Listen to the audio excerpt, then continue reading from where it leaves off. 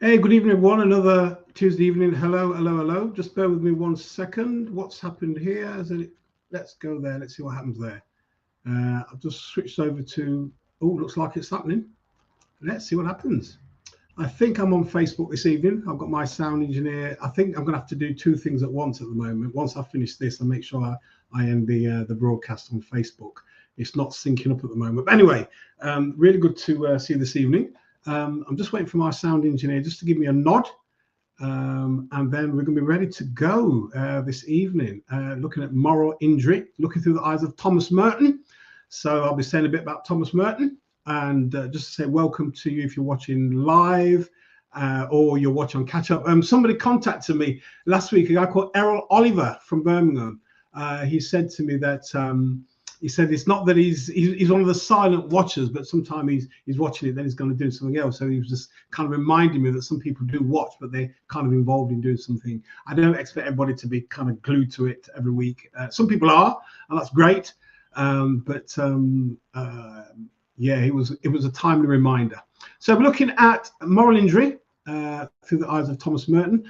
Can't see my sound engineer at the moment, so I'm not too sure what is happening. But she'll be on the case, I'm sure, in a few moments. I know one person's viewing, so sound engineer. Brilliant. Anything on Facebook, Saf? So just let me know, either on Dr. Delroy Hall or Delroy Hall. I've sent it live, so let's just see if you can let me know. That'd be fantastic. But anyway, we're good to go. So we're looking through the eyes, moral injury, looking through the eyes of Thomas Merton. We've spent. Oh, okay. Cheers. We've been spending, nearly 3 months now looking at moral injury. Started off as a topic to look at. Good evening, Sonia. I'm not too sure. I'm actually live on Facebook now on the Delroy Hall page, I believe. Let me just have a quick look. Yeah, it's the Delroy Hall page. I'm not too sure what's happening. So you want to flip over there, please do it. If not, just let me know. Anyway, I'm going to crack on with our evening. We've lost 2 minutes already. So, for those of you that are here for the first time, welcome. I'd like to a big shout out to Joanna Merrill. She's the one that shared the quote. In fact, she shared the quote a little while ago, and I read it. Thomas Merton, brilliant. But then I think she shared it again last week, and it just spoke volumes. It's amazing, isn't it? You see something and nothing happens, and then few weeks later, when you're immersed in something, the same thing that you see just takes on a new life. So Joanna Merrill, she's involved in social care and risk management, mental health, emotional intelligence. Let me just put her name in the box for you. Oh, is it there? Should we go in a minute? Emotional intelligence, integrity in social work, anti-bullying, and neurodivergent, and AUA DHD. So she's involved. Okay, thank you for that. So let me just end this here now. Right, let's get back to you. Okay, thanks a lot. So, yeah.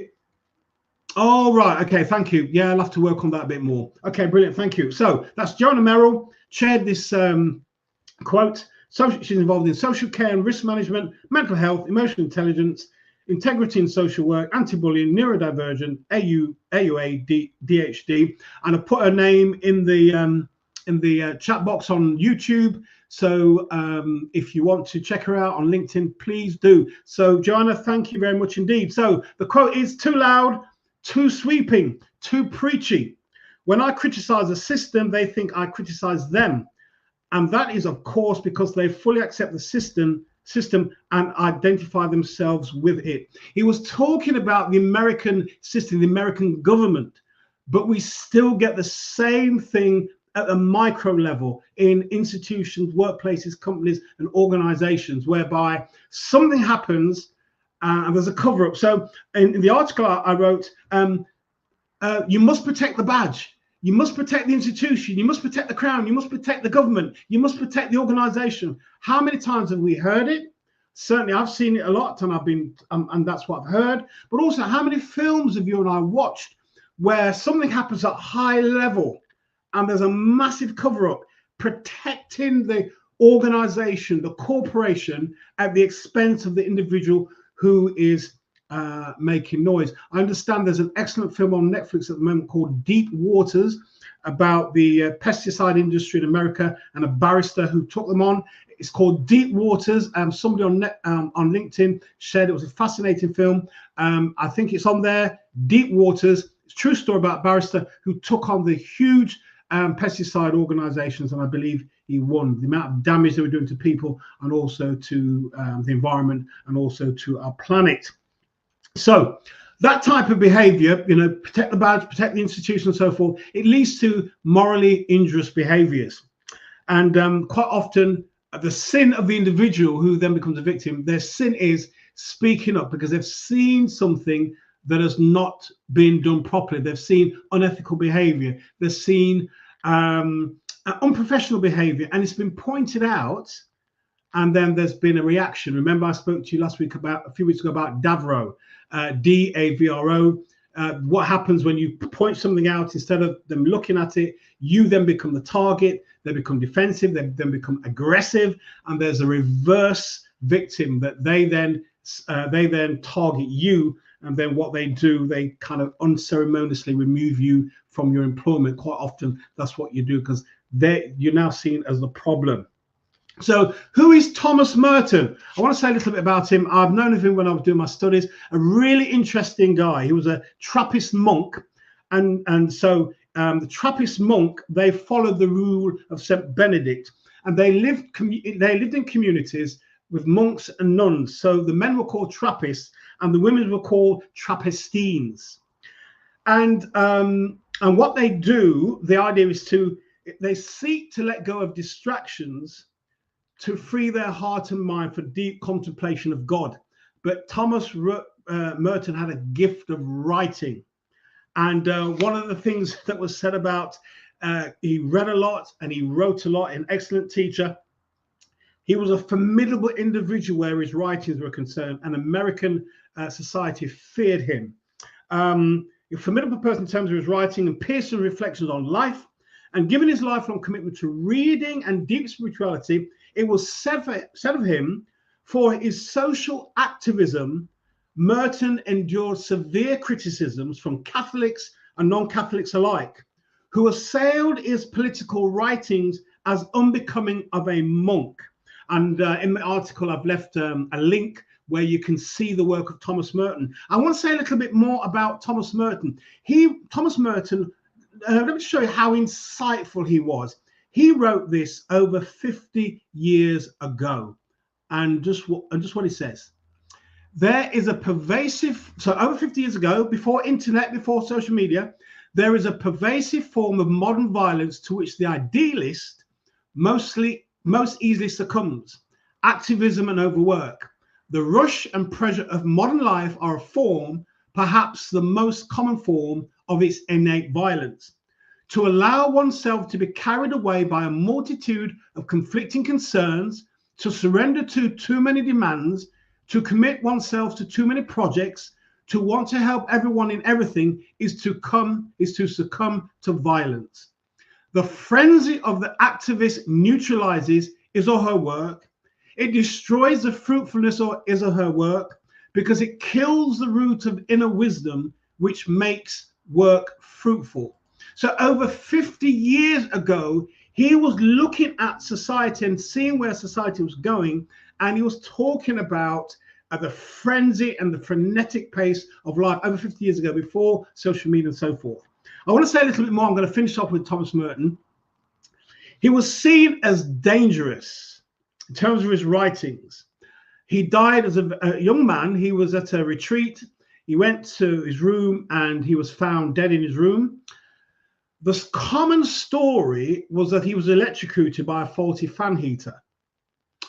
But there is strong evidence, rumors to suggest he was assassinated. Now, it's interesting to find out when he was. He was talking the same thing as Dr. Martin Luther King. I don't think they ever met, but Thomas Merton wrote in an article, which I've read, he said that Dr. Martin Luther King's greatest liability to the civil rights wasn't so much the government, but it was the white liberals. And what happened when Martin Luther King started to preach against the Vietnam War and to talk about poverty, there was a mass exodus from his white colleagues of the civil rights. Thomas Merton was also, so there's this idea that he, in fact, my friend said to me, they thought he was a communist, and it wasn't. It was that he was a monk deep into spirituality, reflected a lot, and saw what was going on in society, and true to his calling, he would see what was happening, then write about it. So the argument about him being electrocuted, but they said there was a massive gash in his head where he bled a lot, and they don't know how he got it. Interestingly, Martin Luther King was assassinated the 4th of April 1968, and Thomas Merton died the 10th of September 1968, the same year. Could be coincidental, but these were two men who the political forces at the time feared because they were criticizing the system. And as Thomas Merton rightly said, that one of the reasons why they took things personally, they'd bought into the system, they've gone along with it. And what happens with moral injury, when you begin to talk about something which isn't right, and then people close ranks, it's because they've bought into the system, they've bought into the microcosm of this organization, and now you're seen as a problem, and they do as much as they can to get rid of you. So Thomas Merton, interesting guy to read. He wrote 50 books in 27 years. He was just an avid writer. He kept journals, and this is something about stepping back, reflecting, looking at life, writing about it, and obviously caused major problems to the government at the time. But also, if you see something in your workplace and you talk about it, you then cause problems for your work environment, especially if they don't want to look at it. So there is danger in asking questions or raising issues in an insecure environment. And sometimes we kind of know sometimes when we see something, because we know the environment in which we're in, we kind of know how it's going to go. But I'm going to say a little bit more about that in a moment. So we reflected on moral injury in the workplace. And sometimes you ask questions for clarity, and that can evoke really strong reaction. You think, well, I'm only asking a question for clarity, but there's such a strong reaction to what you've asked for that. So, and what happens when that happens is that the individuals who you're asking, they've actually bought into a system which really is not there for your benefit or your favor. One of the things I've made a note of is that quite often we see this in the whole thing around EDI, equality, diversity, and inclusion, which for many is a disaster. In Britain, it seems to be causing more problems than it's meant to be solving. So I think if we're not going to go down the road of EDI, equality, diversity, inclusion, then we really need to think about civility, because it means then we have to look at things differently. Because I think the issue of race and certainly disability and sexual orientation, we kind of disability and sexual orientation, we can talk about it reasonably comfortably. There's still some issues around it, but the issue of race and ethnicity and so forth is still problematic for many people. So we raise points for clarity, even point things out. But the minute we do that in that type of environment, you can rest assured you're on a slippery slope to a point of no return. And I think the same can be said for, as I said, disability and gender. If you're in an environment that are not open to those discussions, they may have it in their policies, they may have it, you can check on the website, but what happens really in the day-to-day interactions with with an organization? Policies are great, the websites can be great, but what happens on a day-to-day thing? And I want to share something. Do you know what? I want to share it now because I may forget it at the end. I don't want to.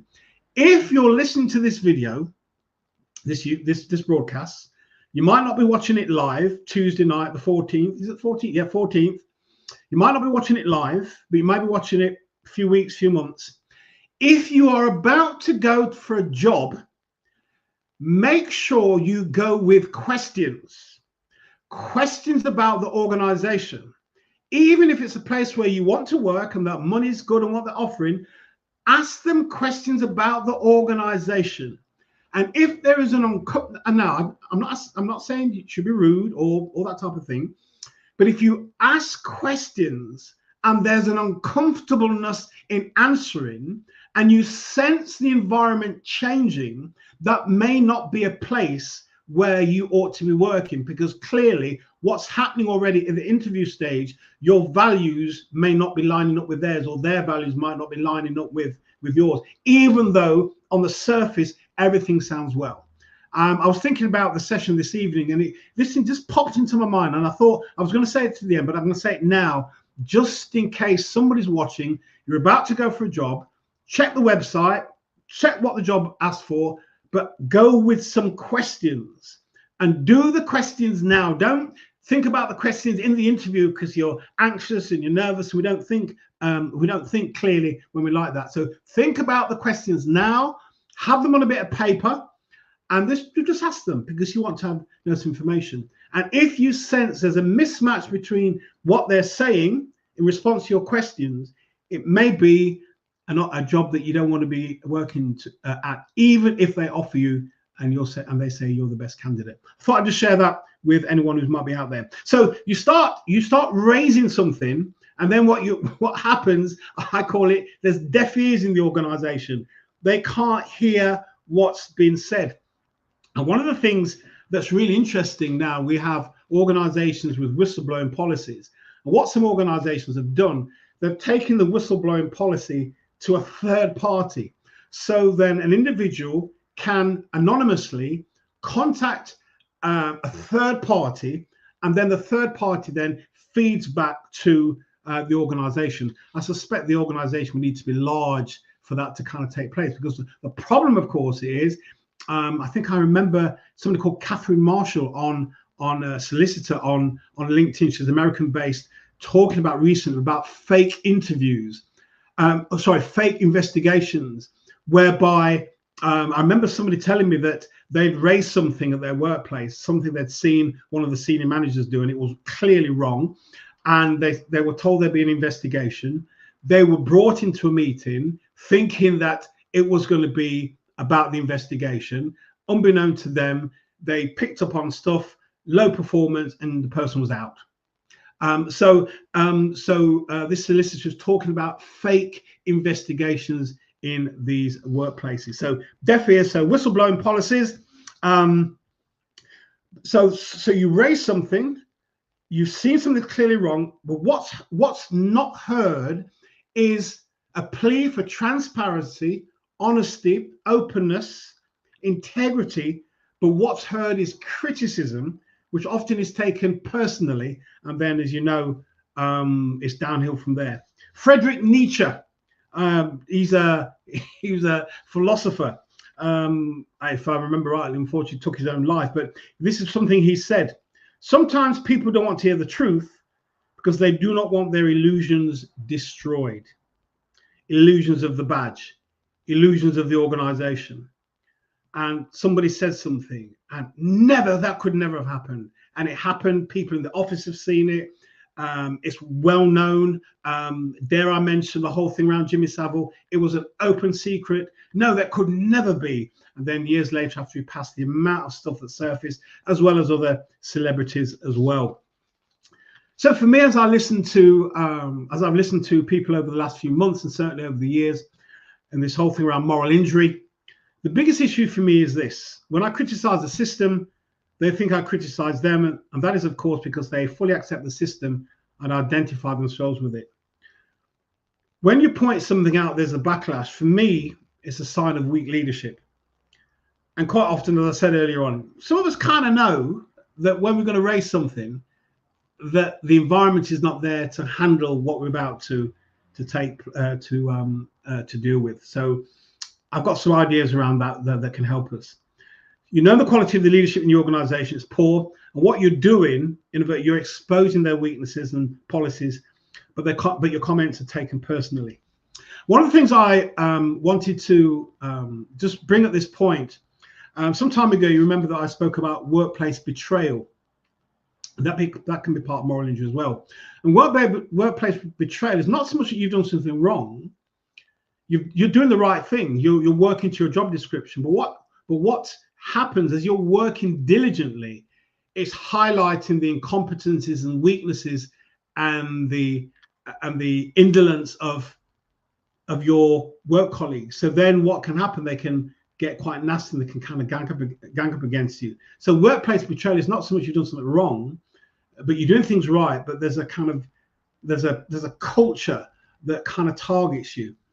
And this whole thing around moral injury, so in one sense, moral injuries is, you're pointing something out, but then moral injury can happen that you're doing the correct thing, and then if you're then challenged and you then say, well, this is what I ought to be doing, and you think that's the end of the conversation, sometimes the conversation can get further. And then what they do, and I hear it time and time again, when they want you out, they will find the most minor things that you've done, and they'll talk about poor performance.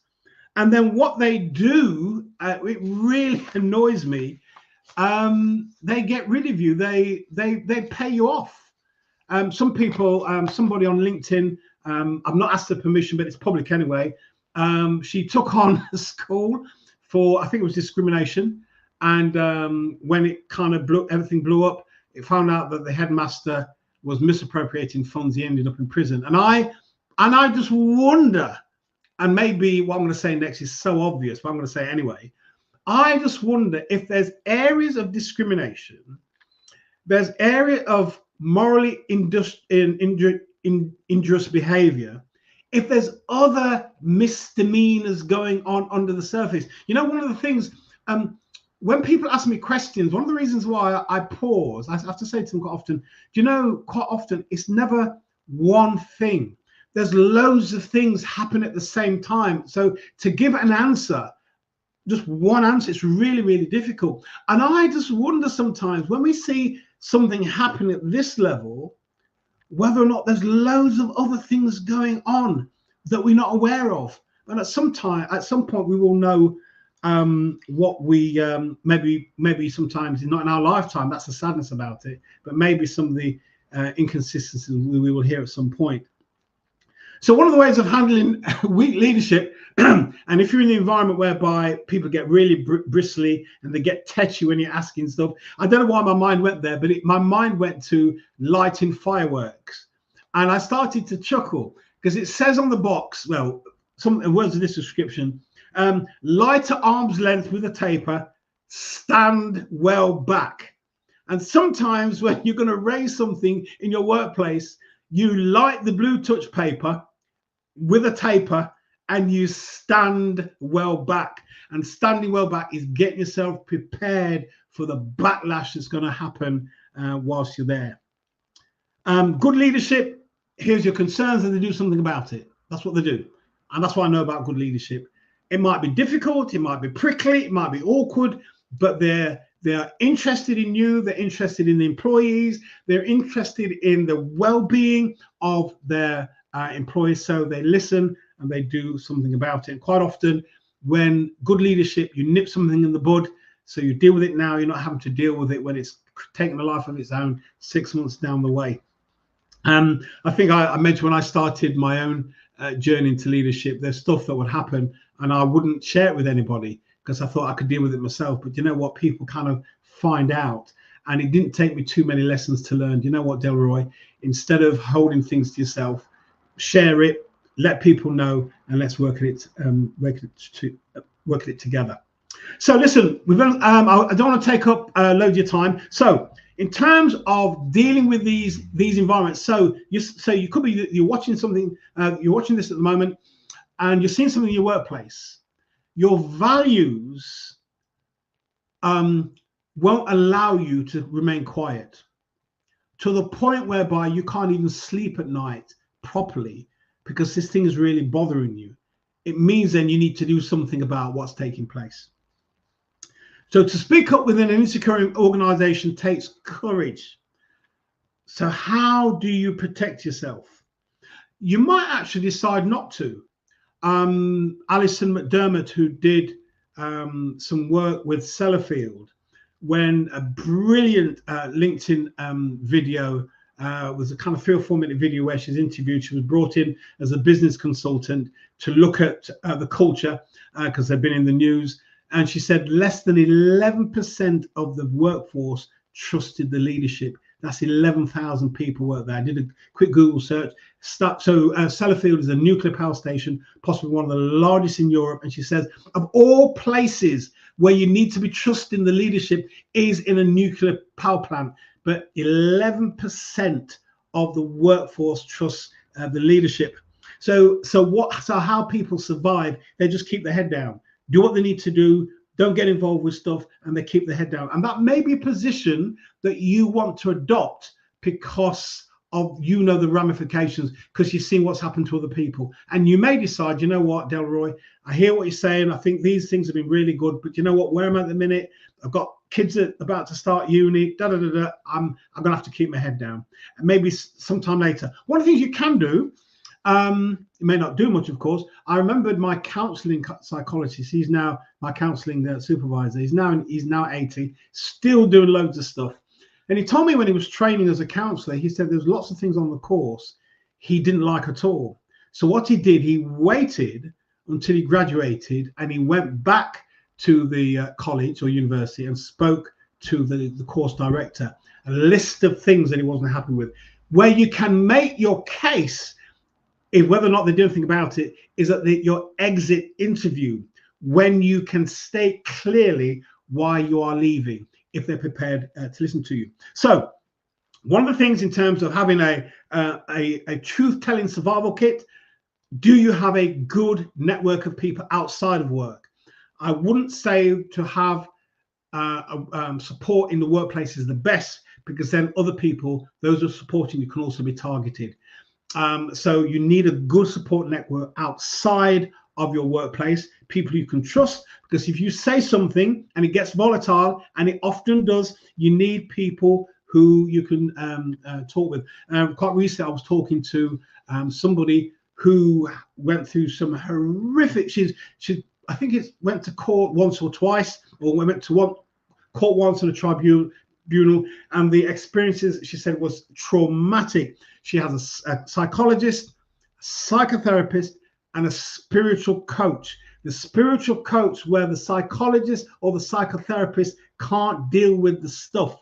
So spiritual coaches, they deal with people's intuition and more of the inner work, where the psychologist and the psychotherapist have a different perspective. There may be some overlap, but one of the things about moral injury, remember one of the definitions about soul shattering, a spiritual spiritual dislodging that takes place in people. So if you're part of the union, or if your place has got a union, it's good to join one of those, because you need it in terms of support.